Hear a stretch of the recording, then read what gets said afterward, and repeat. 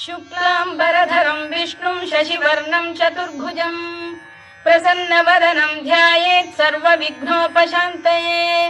व्यासं वसिष्ठनप्तारं शक्तेः पौत्रमकल्मषं पराशरात्मजं वन्दे शुकतातं तपोनिधिं व्यासाय विष्णुरूपाय व्यासरूपाय विष्णवे नमो वै ब्रह्मनिधये वासिष्ठाय नमो नमः अविकाराय शुद्धाय नित्याय परमात्मने सदैकरूपरूपाय विष्णवे सर्वजिष्णवे यस्य स्मरणमात्रेण जन्म संसारबन्धनात् विमुच्यते नमस्तस्मै विष्णवे प्रभविष्णवे ॐ नमो विष्णवे प्रभविष्णवे। श्रीवैशम्पायन उवाच